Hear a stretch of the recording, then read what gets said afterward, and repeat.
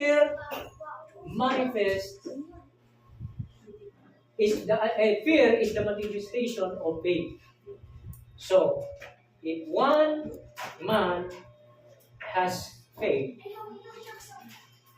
his faith will manifest fear.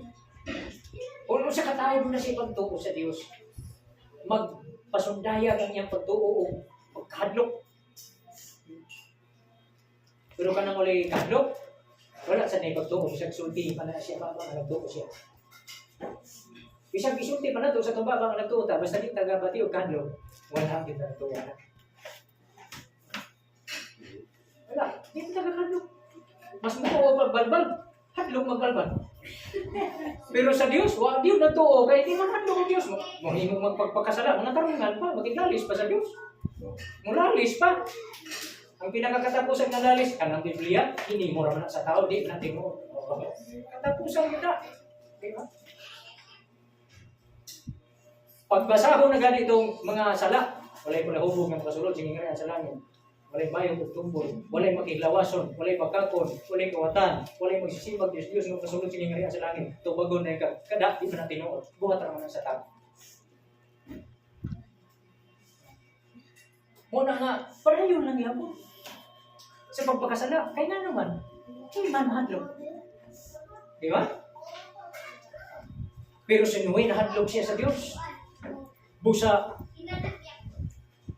Tungod kay sinuwi, nahadlok man sa Diyos. Ni humok niya kasing-kasing, ni action siya. Bukatod ko nang ipabuhat sa Diyos na ka. Salamat, kaya kong kitagaan chance, nga maluwas ko gikan sa umabog, nga lunok, nga ipangtan sa kalimutan. Buhaton ko ni. Ginoo, salamat sa imong grasya. Ako nang gitagaan lugar o ka kinabuhi ang reaksyon ni Noe. Labaw pa ganit tingali ana yang hinimo. Labaw pa tingo siguro ana yang buhat gidayon niya ang Dios. Lord, salamat gyud kay Ginoo kay gitagaan ko imong grasya nga sa imong plano nga lunupan ang kalibutan ug lagon ang tanan nga kinabuhi nga naa dinhi. Imo pagyud kong gitagaan grasya nga ako imo kong luwason ug gilaki pagid nimo at imong nako panimalay. Salamat gyud Ginoo. Siya pa yung piling. Oh, labihan siguro praise and worship ato ni Juan, ni Noe. Ang pagdaig ato niya, di ba sa basta? Ginumas biya siya. Itagaan siya grasya. Pero lagi, tungod po kay nakita sa Diyos nga angayan siya tagaan ng grasya. Tungod kay siya, mahibalo mo paubos. According sa James 4:6. O siya usap-usap ka tao nga may kahadlok sa Diyos. Atong basahon. Makita nato nga naging siya pagtuo sa Ginoo. Tungod kay bisan sa kadugay sa pagbuhat, wala din siya batas. Oh. Tanaw na to ang giingon sa kasulatan. Salamat na lang dito. Okay. Tanaw na to ang giingon sa Genesis chapter 6. Unsa gi pangimatod. Bubo naman lang ning atong oras. May iso na ko na lang ilang to dito sa verse 22. Ha? Kamo na lay anang gamit at nagbasa ato lang ipasay sa pagtulunan. Siguradong di na mo tipas gikan sa atong topic.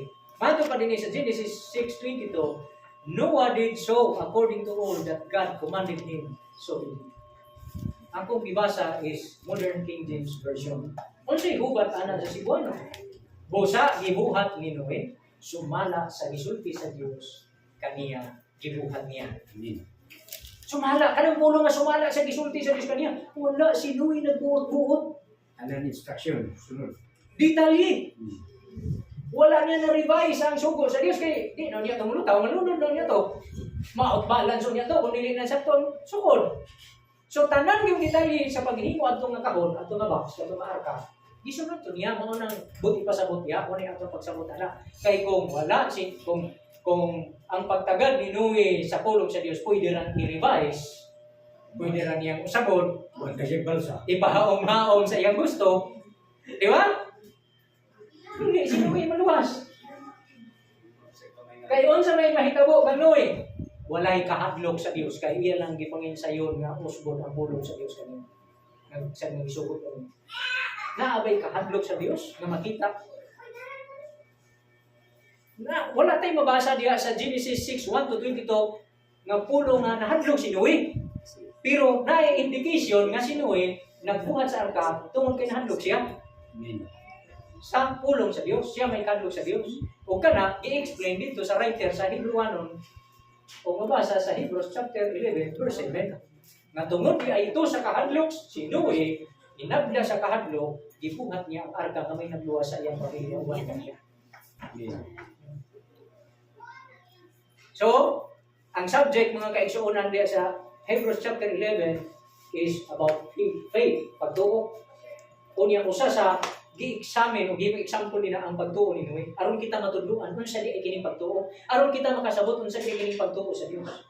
Aron kita na magaingon nga nagtuo sa Dios, makasabot kita niining pagtuo sa Dios. Ang pagtuo di ay sa Dios, mga kaigsuonan. Unsa man? Pagkahadlok usab kanay. To believe in God or to have faith in God is also, it means also that we bear